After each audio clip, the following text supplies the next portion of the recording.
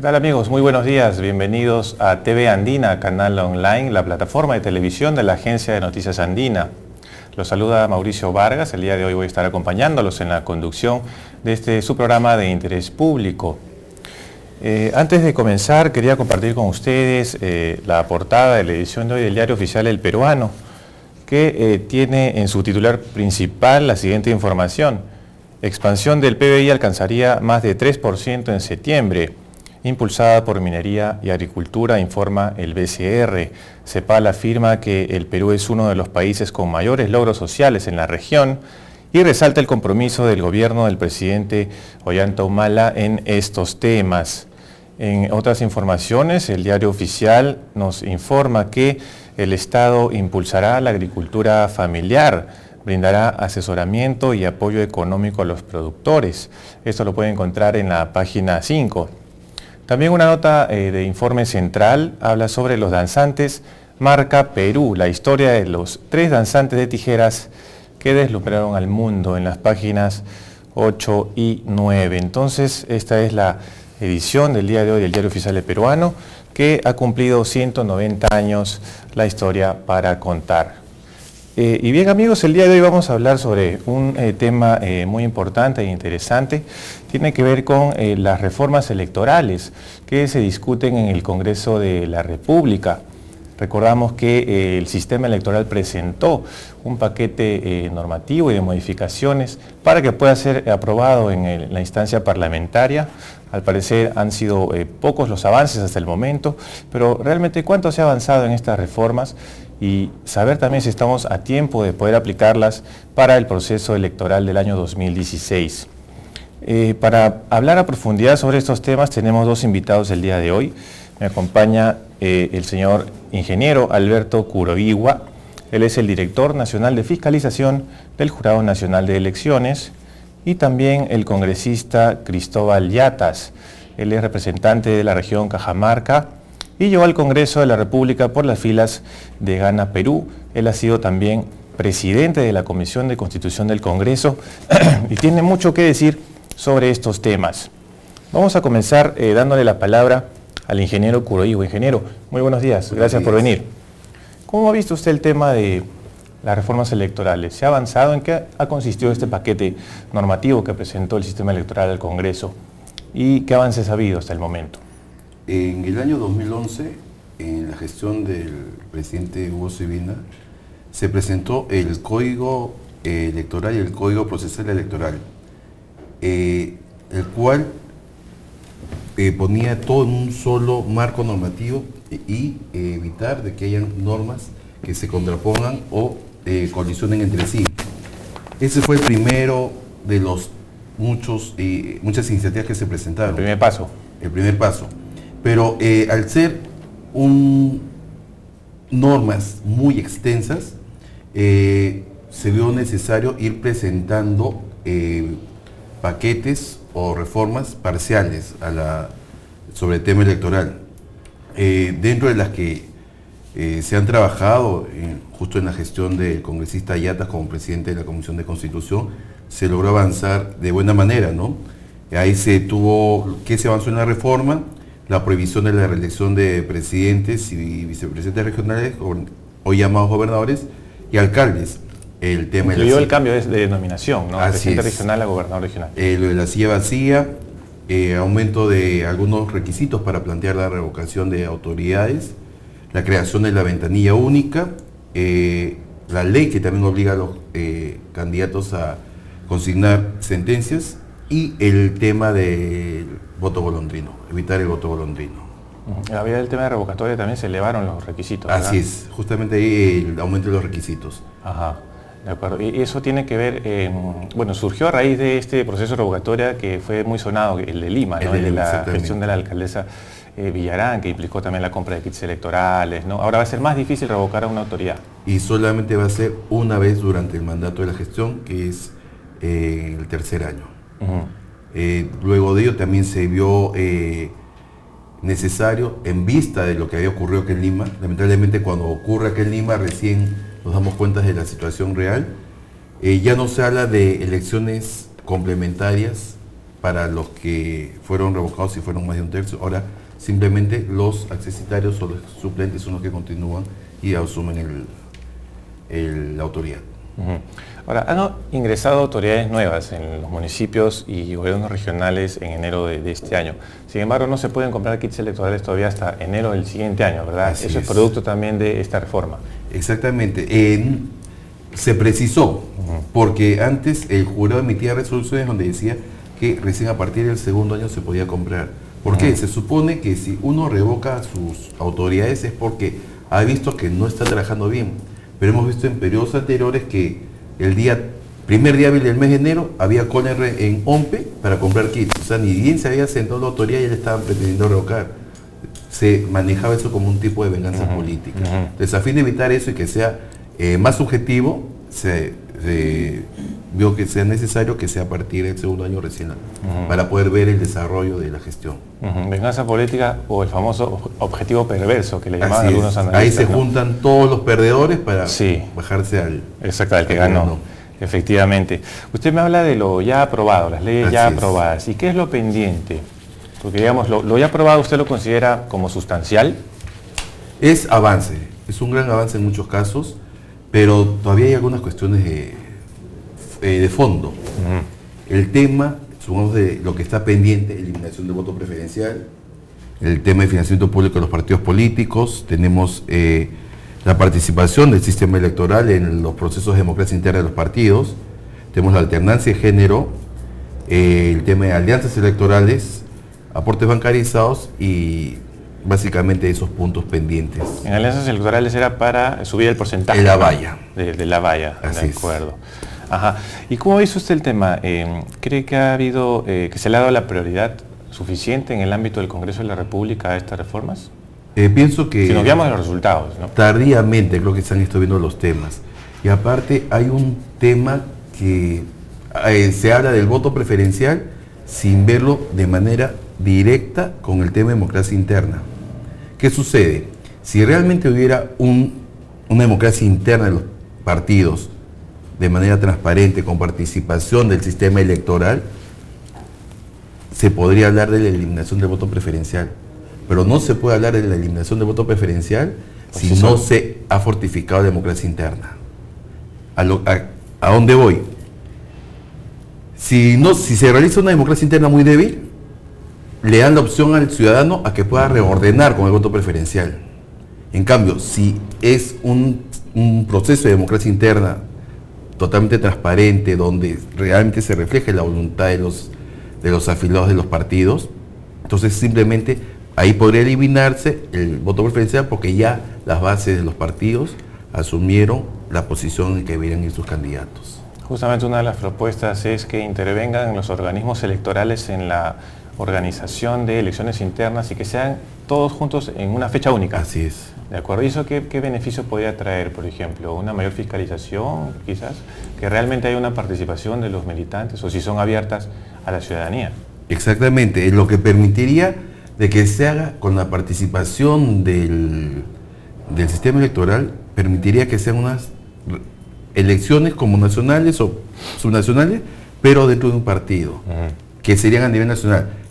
¿Por qué se dice en fecha única? Para aminorar los costos. Porque el hecho de, imagínate que un partido haga un día, a los 2 días haga otro partido, a la semana siguiente otro, hay que estar desplazando personal a nivel nacional. Entonces, es mucho más fácil organizar en una sola fecha todos los partidos en sus elecciones y pues, estar presentes tanto jurado, OMPE y RENIE, cada uno de sus actividades. Perfecto. Congresista Yatas, buenos días. ¿Qué nos puede decir usted sobre ese tema? En la gestión que usted tuvo al frente de la Comisión de Constitución, efectivamente hubo avances importantes. Quizás ahora también el tema se está tomando mayores dilaciones. ¿Desde el Congreso se puede hacer un mea culpa también en ese sentido? Buenos días y muchas gracias por la oportunidad. Bueno, yo creo que hay que ser objetivos en este tema. Efectivamente hay una mea culpa, pero también hay que evaluar los contextos, las circunstancias para debatir estos temas que implican los compromisos de las organizaciones políticas y quienes lo representen en el Parlamento. En verdad, pues nosotros en el periodo anterior, que estuvimos presidente de la Comisión de Constitución y Reglamento, aprobamos dictámenes importantes que son leyes, ¿no? Por ejemplo, la ley 30-305 relacionada a la modificatoria de la reforma, fue una reforma constitucional que se tuvo que cumplir con el procedimiento que señala el artículo 260 de la misma, es decir, 2 votaciones. Y eso también dio origen a que evitemos, por ejemplo, la no reelección, el cambio de eliminación y sobre todo la obligación imperativa que tiene que concurrir al Parlamento, en este caso los gobernadores regionales, ¿no? Porque hemos tenido algunos impases en lo que concierne a fiscalización. El otro es la ley 30-315 relacionada a la modificatoria de la ley de control y participación ciudadana, donde hablamos de la revocatoria precisamente. Ese es un derecho ciudadano, un derecho político que está hoy mayormente regulado porque antes era un poco pernicioso. Y bueno, es un avance importante. Lo otro es la ley de la ventanilla única, la 23-30-22, si no me equivoco. Es también una ley importantísima que, dicho sea de paso, ya se reglamentó y eso va a permitir tener acceso respecto al posible candidato sobre sus sentencias condenatorias, incluso refermas, las reservas condenatorias, los posibles requerimientos de alguna captura que puede ser a nivel nacional o internacional, ¿no? Los dólares alimentarios. Luego tenemos la ley 326, donde se mejora el artículo 24 de la ley de partidos políticos sobre la hoja de vida, ¿no? Ahí también había algunas situaciones que ameritaba precisar, sobre todo la obligatoriedad que implica y los plazos que tiene el jurado para incluso sacar a quien no ha cumplido con declarar la información completa. Y si no fuera así, posteriormente, bueno, el Ministerio Público tendrá que tomar acciones. Y lo otro también relacionado al tema del voto golondrino, si bien es cierto el Ejecutivo nos observó, pero nosotros insistimos, y bueno, ya hoy es la ley 3338, que mejora el tema de la certificación, la constatación domiciliaria y sobre todo el cierre del padrón electoral. Entonces, esas son leyes que se impulsaron desde el seno de la Comisión de Constitución en el periodo anterior. Ahora, ¿cree que se le ha dado continuidad en este periodo ahora bajo la conducción del señor Freddy Otárola, la Comisión de Constitución? Sí, él ha demostrado que ha procedido con eso porque nosotros teníamos, por ejemplo, dictámenes pendientes en la Comisión de Constitución, por ejemplo, el tema del voto preferencial. Ajá. Dicho sea de paso, el voto preferencial no es un tema que se ha debatido ayer o antes de ayer, eso viene ya desde el inicio del periodo legislativo, incluso el Parlamento anterior, porque claro, el voto preferencial en su oportunidad era pertinente, pero quienes compartimos de la necesidad de darle solidez al partido político, eso ya resulta pernicioso, hay que eliminarlo el voto preferencial, ¿no? La lista cerrada es importante, pero también en este dictamen, por ejemplo, que se ha debatido el día martes, hablaba de reglas de democracia interna con la presencia de los organismos electorales, porque de eso se trata. Entonces, no se puede acusar, por ejemplo, hoy al actual presidente de la Comisión que ese tema recién y que de repente el tiempo ya no es el oportuno, porque ya las elecciones están en curso. No es así. Justamente hemos tenido que desarchivar para tratarlo porque sabemos la necesidad y la importancia que significa eliminar el voto para darle solidez al partido político, porque hoy desgraciadamente no llega el más capaz, sino el más popular, no el que tiene mejores recursos económicos llega, y eso yo personalmente he expresado mi conformidad respecto a la eliminación del voto, pero bueno, todavía creo que el presidente de la Comisión tendrá los mecanismos que permita comprometer y que eso se materialice para que en este proceso ya se materialice. Claro. Ahora, el martes último, usted señala que este debate para la eliminación del voto preferencial es de larga data. Entonces, bajo esa premisa, ¿cómo entendemos que el último martes se haya decidido prolongar aún más este debate, ¿no? Darle quizás votación, someterlo a debate y votación la semana entrante? Es que ha habido doble discurso, yo he podido percibir, de las fuerzas políticas representadas en el Parlamento. Si bien es cierto, sus líderes dicen, sí, yo estoy de acuerdo con el voto preferencial, pero quienes deben dar el voto van y dicen no. Entonces es un argumento que no tiene sentido, ¿no?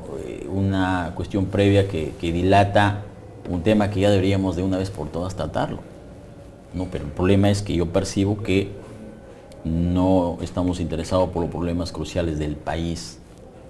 No queremos una reforma electoral, una reforma política en la profundidad que se necesita, si bien es cierto, las leyes que se han dado no son parte de ese paquete. Necesitamos, por ejemplo, la propuesta que ha hecho el jurado en el Código Electoral, el Código Procesal Electoral. Efectivamente, la legislación en materia electoral es muy dispersa, entonces amerita, pero bueno, se constituyó un grupo de trabajo en la comisión y al final dijeron, también hay un dictamen que debía ser materia de debate, el tema del transfugismo, de igual manera, la bicameralidad, la representación de los peruanos en el extranjero. Esos son dictámenes que ya están en la agenda del Pleno, pero lamentamos este hecho y esperemos que en todo caso reflexionen, porque hacer política no es estar preocupado de mis intereses y de mis cálculos, no, sino que yo voy más allá de la necesidad de resolver el tema de la gobernabilidad. ¿No? Nosotros tenemos deficiencias institucionales, ¿no?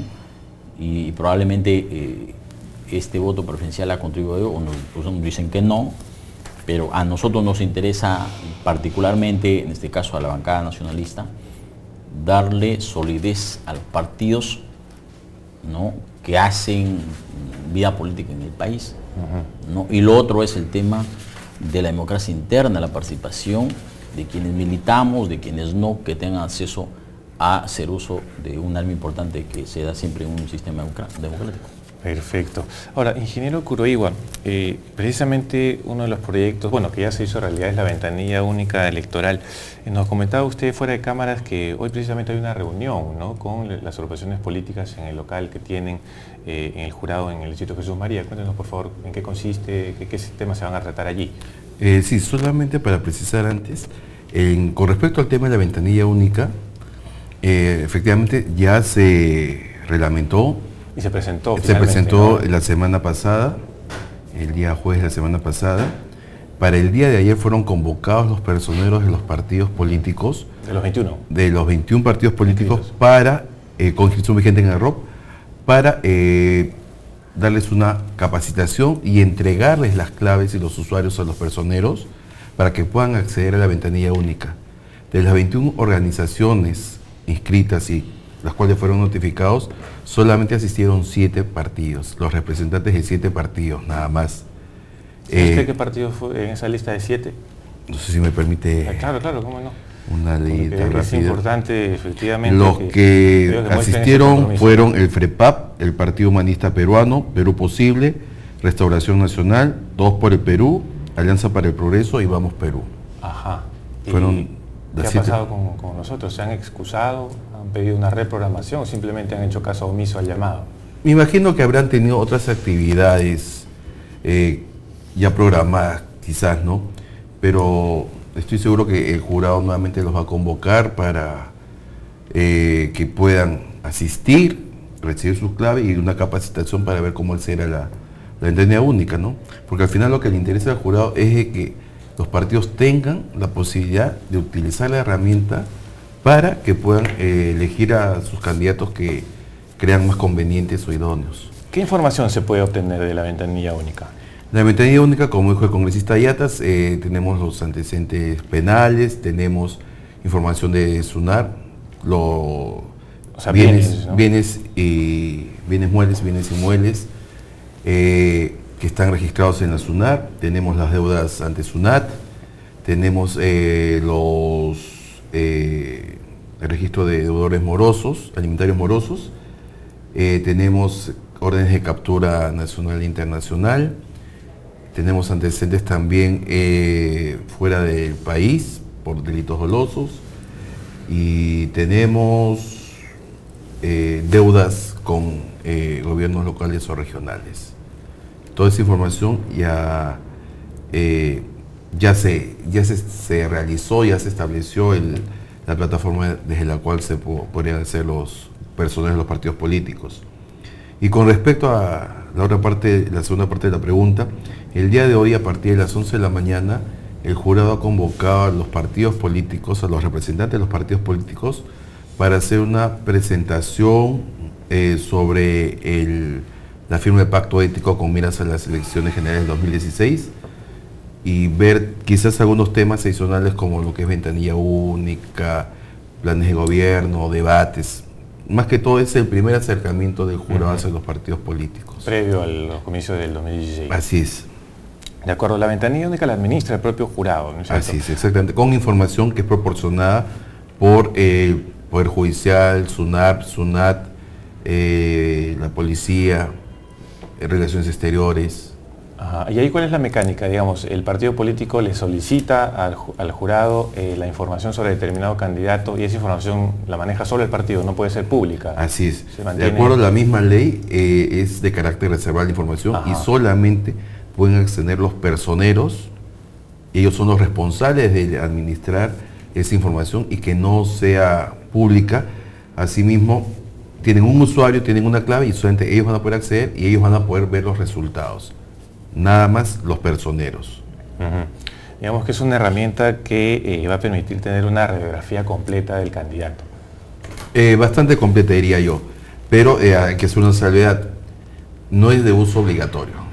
De acuerdo. La ley dice los partidos podrán, no dice los partidos deberán. Ajá. Entonces, quizás hay algún partido que quizás no quiera hacer uso, pero hay que dejar en claro de que está abierto para que pueda ser utilizado por todos los partidos políticos. Perfecto, ingeniero. Le propongo hacer una pausa. Amigos, vamos a retomar más adelante esta conversación. Volvemos enseguida. Sigan la sintonía de Andina Canal Online. Ya volvemos.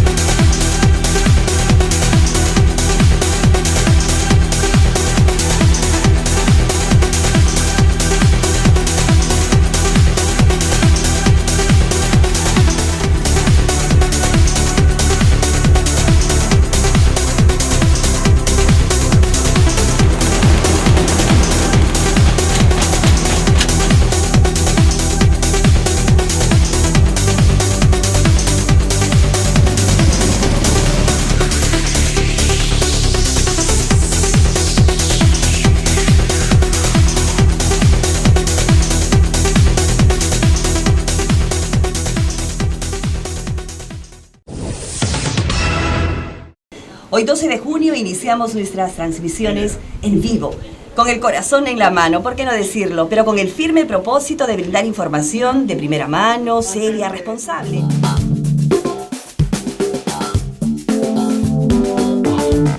En primer lugar, yo quiero felicitar a la organización porque llevar adelante un proyecto de esta naturaleza no solamente involucra un gran esfuerzo, sino pensar en Editora Perú, pensar en Andina como una organización que puede proyectarse al futuro.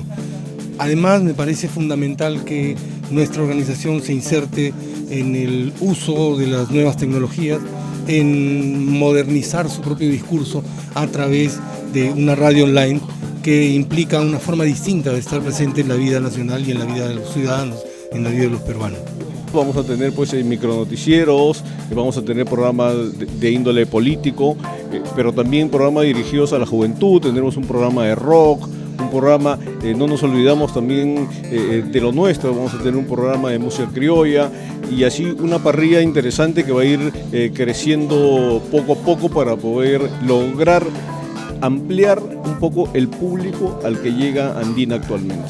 Conéctese con Radio Andina Online Esta es una plataforma informativa y, como lo decía hace un momento mis compañeros, pretende ser formativa, pretende alcanzar información para que ustedes sean mejores ciudadanos, de manera tal que nuestro Estado y nuestra democracia también se perfeccione de la misma manera.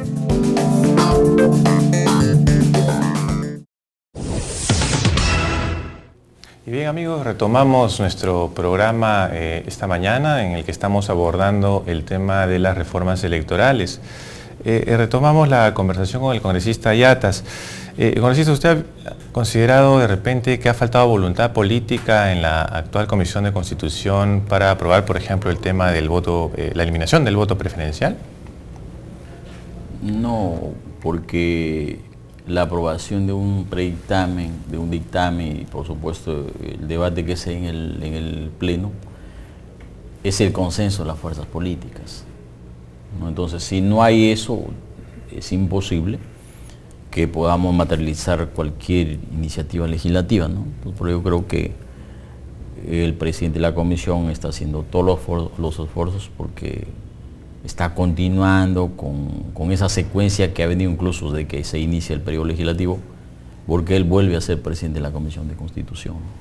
Entonces, de parte de la presidencia hay toda esa disponibilidad, pero sí lo que se ha percibido es que quienes forman parte de esta comisión, lamentablemente, pues ha habido un doble discurso.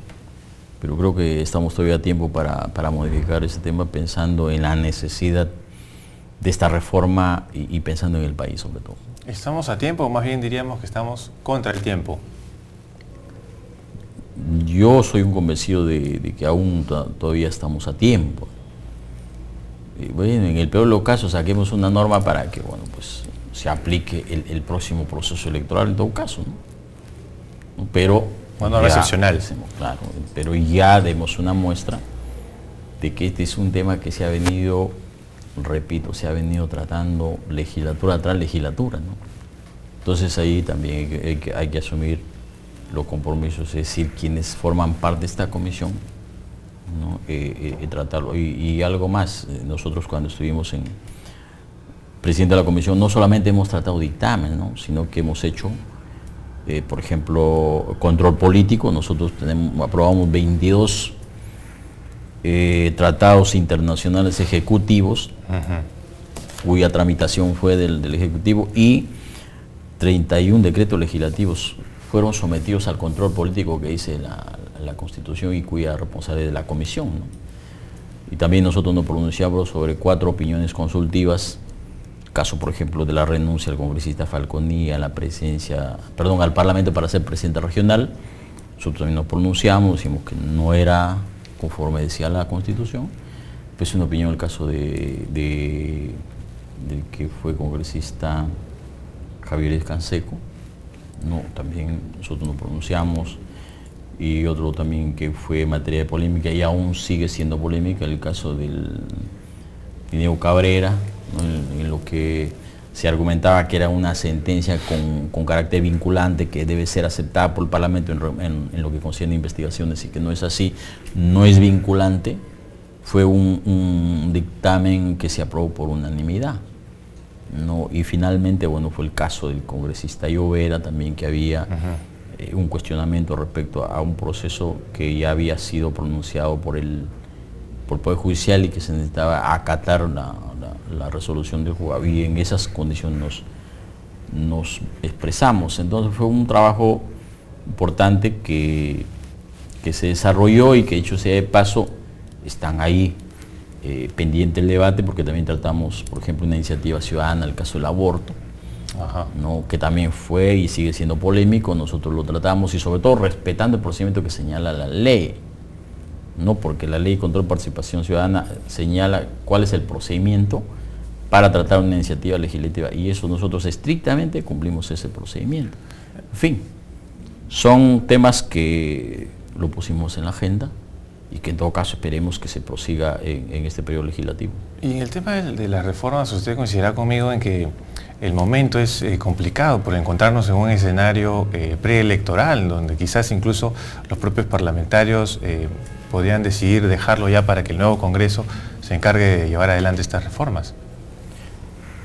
Sí, ese es un hecho innegable. La actual coyuntura es difícil, es preelectoral, y entonces eso abona a bueno decir, he evaluado concienzudamente, y bueno, estoy cambiando de opinión. Bueno, eso es lógico, ¿no? Pero en todo caso es complicado, en verdad.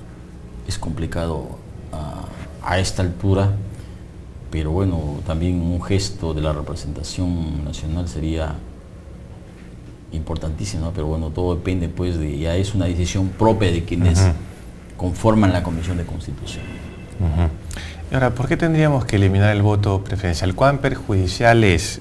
Hay quienes están en contra de esta figura, de esta manera de votar, señalando que el voto preferencial prioriza más a las personas que a los programas. ¿Sucede así con la actual figura en los partidos? Bueno, hay un conjunto de argumentos en favor y en contra, ¿no? Primero, bueno, el voto preferencial tiene toda una validez constitucional y probablemente en un periodo determinado, porque esto viene desde el año 80 aplicándose, y bueno, en su oportunidad se dijo, bueno, para tumbar las decisiones de las cúpulas, pongamos el voto preferencial, ¿no? Pero ¿qué pasa? Que ya en esta coyuntura, pensando en la construcción de partidos políticos sólidos, dicho sea de paso, es un problema también en el país, no existen partidos con esa solidez orgánica, y de ahí también es un tema muy polémico el financiamiento de partidos políticos. Nosotros, por ejemplo, compartimos la necesidad de financiar el partido político, ser un filtro que permite controlar de dónde vienen los recursos, pero esos recursos tampoco son pues para que tú pongas un afiche o no, sino que son la ley, incluso la ley de partido político lo dice, ¿no? Capacitación, ¿no? Actualización, ¿no? En fin, nosotros hemos visto, incluso doctrinarios políticos opinan, ¿no?, que aquí no es solamente, como en una oportunidad escuché, ¿no?, a algún colega que decía, bueno, pues el Jurado Nacional de Elección no quiere imponer, no quiere direccionar, no. La eliminación del voto preferencial va a permitir, ¿qué cosa? Que le des solidez a un partido, la construcción sólida de un partido, pero esto necesariamente tiene que irse con reglas respecto a la aplicación de la democracia interna. Es inevitable para... que vayan de la mano. Claro, ahora, siempre nosotros somos el resultado del voto preferencial, ¿no? Pero ¿qué pasa? El voto preferencial probablemente hace que llegues al Parlamento no los más capacitados, sino los más populares. Así es. ¿No? Ahora, el otro tema es que no va a permitir controlar el financiamiento de 130 para quienes postulan. Entonces ahí hay un asunto también de mucho debate, o sea, cómo nosotros utilizamos los procedimientos para controlar el tema de financiamiento. Si bien es cierto, también se modificó el reglamento del Parlamento respecto al escaño parlamentario. La curul vacía. Claro, o la curul vacía inspirada en la legislación colombiana. Pero esto es ya cuando usted ha sido elegido, ¿no? Entonces, nosotros consideramos que con fines de hacer como tal la participación de la ciudadanía, ¿no?, y sobre todo pensando en que mejoremos la representación parlamentaria, porque aquí también el tema del transfugismo es otro de los grandes problemas en el país, ¿no? Imagínate, ha habido creo en alguna oportunidad más de 10 bancadas en el Parlamento. Claro, y el reciente caso de la bancada oficialista, ¿no?, que comenzó siendo la primera fuerza política en el Parlamento y ahora es la segunda minoría, más de 20 disidentes. Sí, entonces hay toda una explicación, bueno, pero cada uno tiene sus propias razones, pero que nosotros creemos que seamos objetivos, ¿no? Siempre en política no se hace lo que yo quiero, sino lo que es posible. Entonces, en esa perspectiva también parte de la madurez de quienes militamos en un partido y quienes intentamos esta dinámica de los procesos. Un país embalsado con tantas urgencias, ¿no?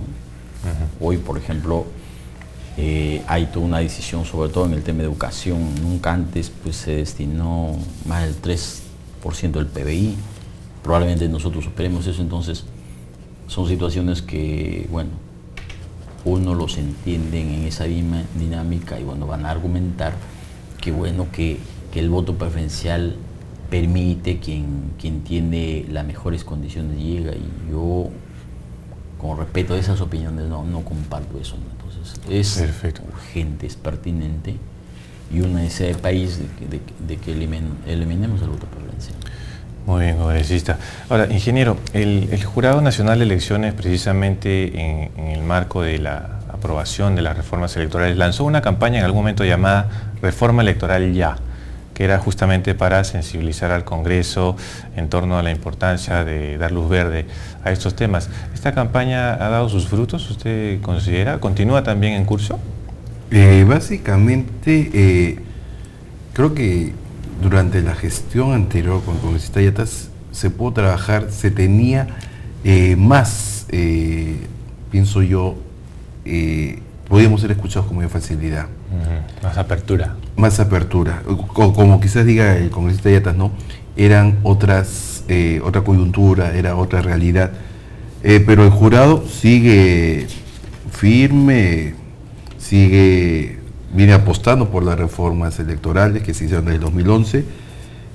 Ha tenido sus frutos y esperemos que sigan habiendo más frutos.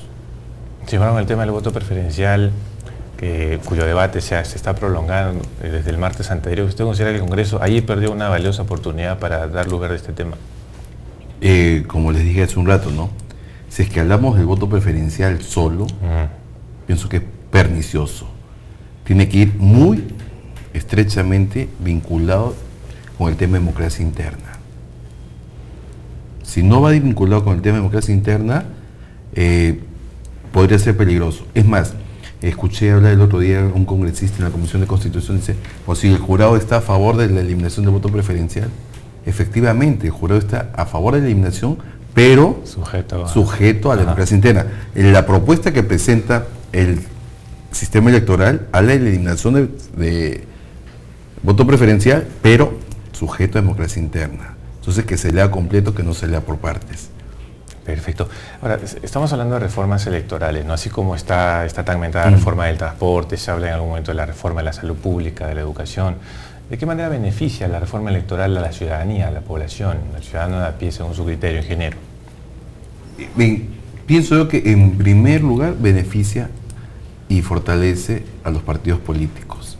O sea, todas las propuestas que presenta el juez están orientadas a fortalecer el sistema de partidos políticos. Entonces, en la medida que los partidos se fortalezcan, la población se va a ver beneficiada en el sentido de que van a tener mejores programas los partidos, mejores planes de gobierno, mejores candidatos, y la población va a tener mejores opciones para elegir. Pero yendo al tema de democracia interna, disculpa que regrese ese tema, ¿no? Desde el mes de septiembre, personalmente oficié yo a los personeros de los 21 partidos con inscripción vigente para hacerles ver que ya estaba cercana a la fecha de democracia interna y que por favor nos remitieran información. De los 21 partidos, 5 nomás nos respondieron. Uno dijo, nos alcanzó la información, otros nos dijeron, oportunamente te vamos a remitir. Ajá. Y solamente hemos podido establecer contacto ya personal, reuniones con 3 partidos. ¿Cuáles son esos 3 partidos? ¿Los recuerda? Es el Partido Aprista, con los que hemos tenido reunión, el Partido Humanista y el Frente Amplio por Justicia, Vida y Libertad. O sea, son los 3 partidos con los cuales hemos podido tener algún tipo de acercamiento. Con Acción Popular también hemos tenido la oportunidad de reunirnos. Es más, la semana antepasada, hace 2 jueves, OMPI organizó una mesa de trabajo con los partidos, viendo el tema de democracia interna. Entonces ahí les hice ver a los partidos políticos, a los representantes que están ahí, que estamos pidiendo información, queremos acompañarlos, no para decir te estás equivocando, sino para que puedan tener todo ok, puedan realizar todo dentro del marco, para que al momento que presenten su solicitud de inscripción de candidatos no sean observados por algo que salió mal en el camino. Por tachas, ¿no? Por tachas, porque quizás el modo de de elección no estaba de acuerdo a lo que establecía el estatuto o establecía el reglamento electoral. Entonces, exhorto a los partidos de que no nos miren pues como los modelos de la película. Es todo lo contrario, queremos acompañarlos, queremos apoyarlos para que puedan realizar todos sus procesos dentro del marco y al momento que presenten sus candidatos no haya ningún tipo de problemas. Estamos a tiempo todavía para que los partidos hagan su democracia hasta interna. El día 20 de diciembre para presidente y 21 de enero para congresistas y parlamento andino. Ajá. Eso quiere decir que aquellos líderes políticos que se autoproclaman como candidatos a la presidencia, esas candidaturas no tendrían aún validez hasta que no sean producto de un proceso de democracia interna. El único candidato oficial de un partido es el Partido Aprista, que es el único que realizó democracia interna. Ningún otro partido realizó democracia interna hasta el momento. De acuerdo. Muy bien. Y congresista Yatas, hay quienes, por ejemplo, defienden el voto preferencial, la U. Uno de ellos es el congresista Kenji Fujimori, quien ha dicho que esta modalidad de elección es abiertamente democrática y que no se debería privar al elector de elegir al candidato de su preferencia a través de un número, discrepando así con su hermana Keiko. ¿Usted coincide con eso? No, el voto preferencial no implica reglas de democracia sólidas. El voto preferencial es pernicioso porque, imagínate, en las regiones, por ejemplo, en Cajamarca hay un candidato que ha pintado toda la región, ¿no? Claro. Entonces, no es pues un argumento válido para la actual coyuntura, ¿no? Porque una de las falencias de la democracia es el problema de la falta de representatividad, porque incluso esta propuesta va más allá, en todo caso, de lo que implica esta coyuntura, ¿no? Porque entiendo que hay otras reformas más profundas que se necesitan para el país, pero va a ser parte de un proceso.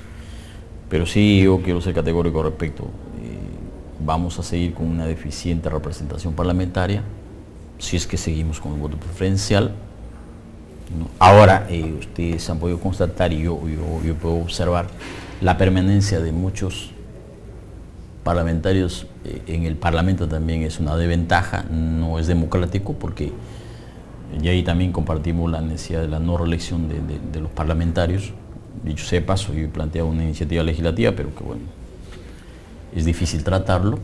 Y ahí permítame hacer un acápite. ¿La no reelección usted considera debería aplicarse también a los congresistas? Sí, yo soy de esa opinión.